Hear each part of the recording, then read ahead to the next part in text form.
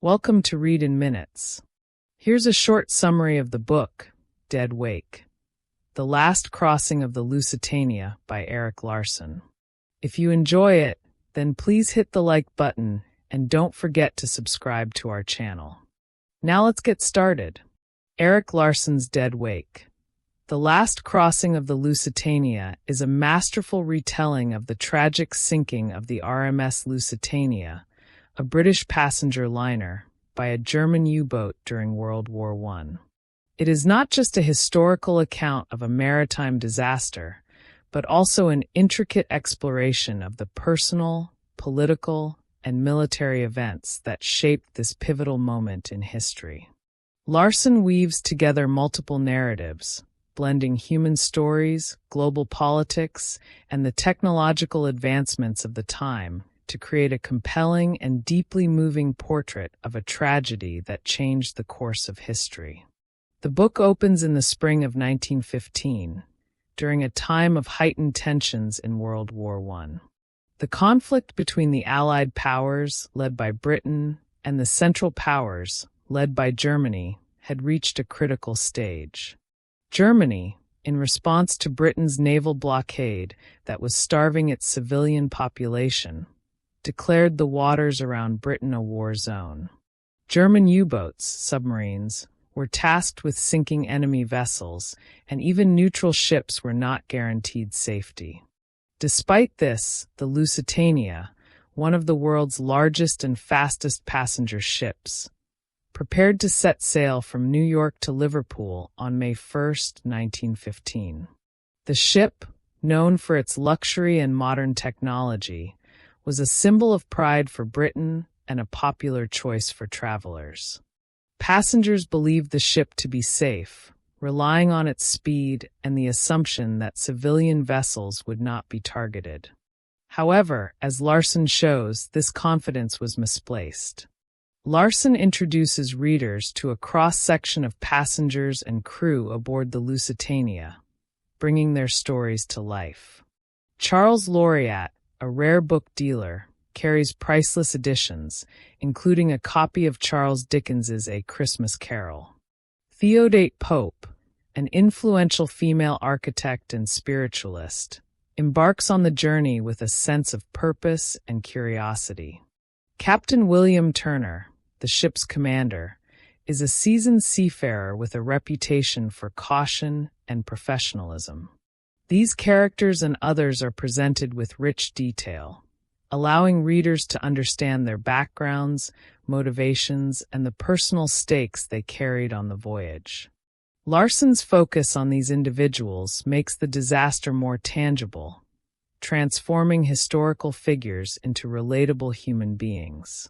Parallel to the Lusitania's journey, Larson explores the perspective of the German submarine U-20 and its commander, Walter Schwieger.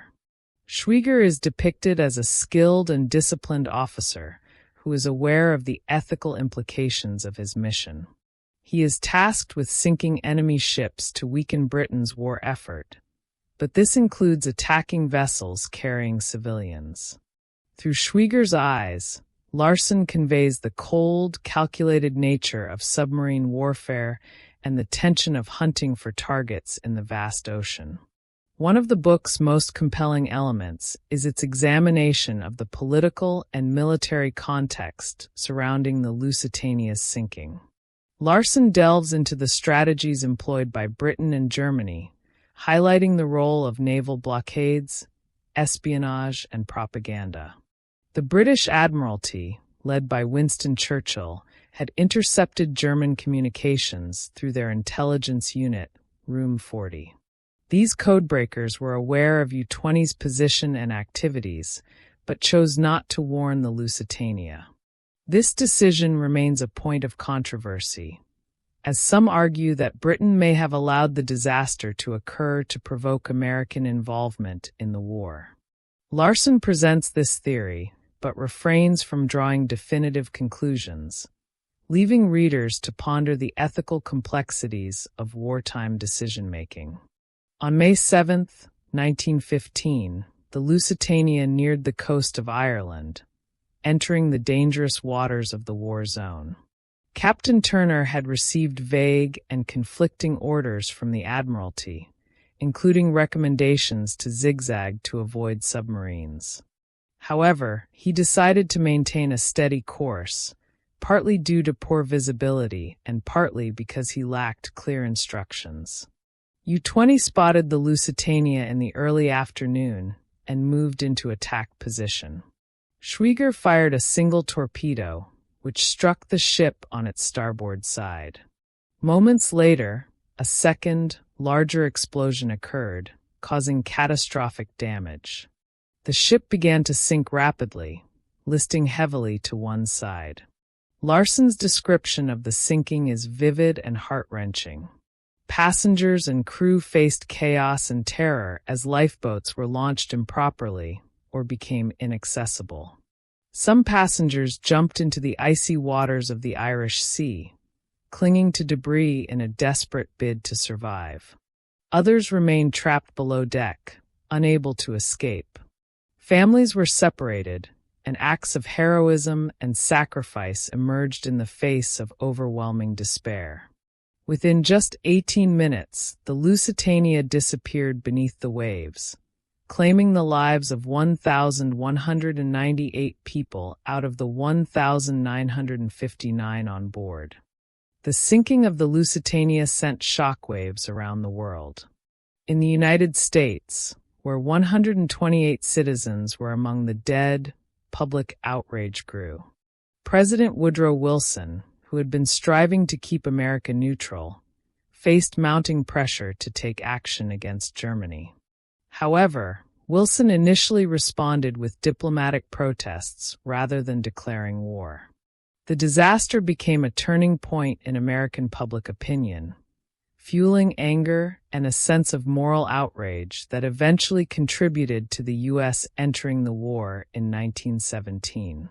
Larson emphasizes how the sinking of the Lusitania served as a catalyst for this shift, marking a crucial moment in the global conflict. Larson also delves into the controversies and unanswered questions surrounding the Lusitania. Was the ship carrying hidden munitions that caused the second explosion?